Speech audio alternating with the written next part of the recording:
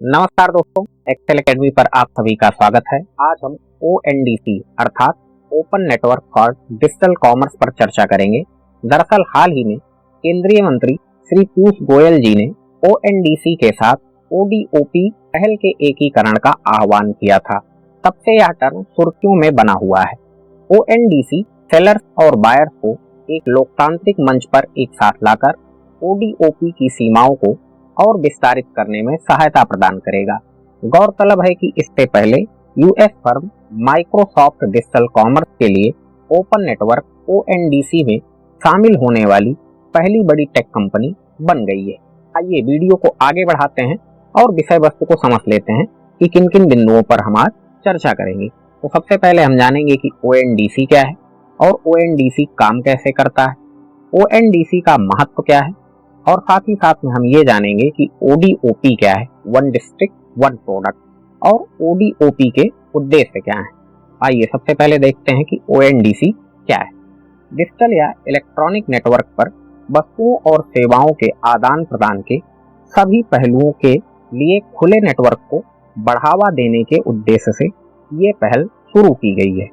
ONDC किसी भी विशिष्ट प्लेटफॉर्म से स्वतंत्र खुले विनिर्देशों और खुले नेटवर्क प्रोटोकॉल का उपयोग करते हुए ओपन सोर्स पद्धति पर आधारित है। तो मैं आपको थोड़ा सा आसान भाषा में समझाता हूँ। जैसे अभी वर्तमान में आप किसी ई कॉमर्स ऐप से फ्लिपकार्ट या अमेजॉन से सामान खरीदते हैं, तो आपके पास अमेजॉन या फ्लिपकार्ट का ऐप होना चाहिए, या फिर आप पर्टिकुलर वेबसाइट से उसे खरीद सकते हैं। ठीक इसी तरीके से जो सेलर्स हैं उनको भी उसी प्लेटफॉर्म पर होना चाहिए। आप अगर अमेजॉन पर हैं तो आप फ्लिपकार्ट से सामान नहीं ले सकते हैं।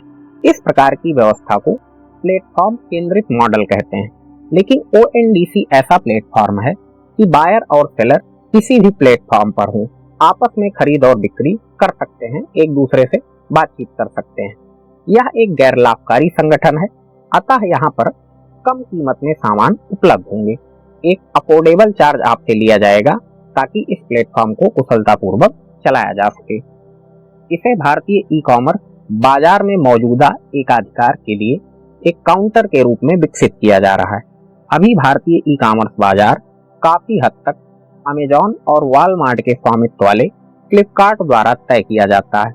आपको बता दें कि 2017 में अमेजॉन हमारे देश में लीडिंग ऑनलाइन मार्केट था। कई रिपोर्ट्स की माने तो केवल अमेजॉन और फ्लिपकार्ट ने भारत में तकरीबन $25 बिलियन निवेश करके ऑनलाइन रिटेल मार्केट का तकरीबन 80% भाग कब्जा किया हुआ है, और जिसे वह भारी भरकम छूट के साथ आगे बढ़ा रहे हैं, जिससे छोटे व्यापारियों को बहुत नुकसान होता है। तो इस प्लेटफॉर्म के जरिए छोटे व्यापारी आसानी से ई कॉमर्स से जुड़ सकते हैं और लाभ कमा सकते हैं। छोटे व्यापारियों को भी इससे बराबरी का मौका मिलेगा, जिससे प्रतिस्पर्धा और नवाचार को भी बढ़ावा मिलेगा। इस साल मई में उद्योग और आंतरिक व्यापार संवर्धन विभाग DPIIT ने दिल्ली, NCR, बेंगलुरु, कोयम्बटूर, भोपाल और शिलोंग जैसे शहरों में ONDC का लाइव परीक्षण किया था। एक टेस्ट रन कराया गया था, जहां इसकी 150 विक्रेताओं को जोड़ने की योजना है। अब आइए जानते हैं कि ONDC काम कैसे करता है। ONDC प्लेटफॉर्म खरीदारों और विक्रेताओं को होस्ट करने वाले इंटरफेस के बीच में स्थित है। बायर साइड इंटरफेस को पेटीएम द्वारा होस्ट किया जा रहा है, जबकि सेलर साइड इंटरफेस को गोफ्रूगल आदि जैसे अन्य खिलाड़ियों द्वारा होस्ट किया जा रहा है। जब कोई खरीदार पेटीएम ऐप पर किसी आइटम की खोज करेगा तो ऐप ONDC प्लेटफॉर्म से जुड़ जाएगा, जो इसे विक्रेता साइड इंटरफेस से जोड़ देगा, जो उन सभी कंपनियों को सूचीबद्ध करेगा जहां से आप विशेष आइटम खरीद सकते हैं। ONDC पर कई अन्य बैक एंड पार्टनर होंगे, जैसे logistic service provider, enterprise resource planner, e commerce store hosting service provider आदि। अब आइए जानते हैं इसके महत्व के बारे में। ONDC से संपूर्ण मूल्य श्रृंखला को डिजिटाइज करने, संचालन का मानकीकरण करने, आपूर्तिकर्ताओं के समावेशन को बढ़ावा देने, लॉजिस्टिक्स में दक्षता प्राप्त करने और उपभोक्ताओं के लिए मूल्य बढ़ाने की इससे अपेक्षा है, या किसी भी मूल्य वर्ग के लेन देन को सक्षम करेगा। इस प्रकार ONDC वास्तव में लोकतांत्रिक वाणिज्य हेतु ओपन नेटवर्क बना देगा। अगले 5 वर्षों में ONDC नेटवर्क पर 90 करोड़ उपयोगकर्ताओं और 12 लाख विक्रेताओं को जोड़ने की अपेक्षा है, जिससे कि 730 करोड़ की अतिरिक्त खरीदारी हो सकेगी। भारतीय भाषाओं में ऐप के साथ छोटे व्यापारियों और ग्रामीण उपभोक्ताओं पर भी ध्यान दिया जाएगा। ONDC प्लेटफॉर्म का उपयोग करके उपभोक्ता किसी भी विक्रेता, उत्पाद या सेवा की खोज कर सकते हैं, जिससे उन्हें चयन में स्वतंत्रता मिलेगी। अब आइए जान लेते हैं ODOP क्या है।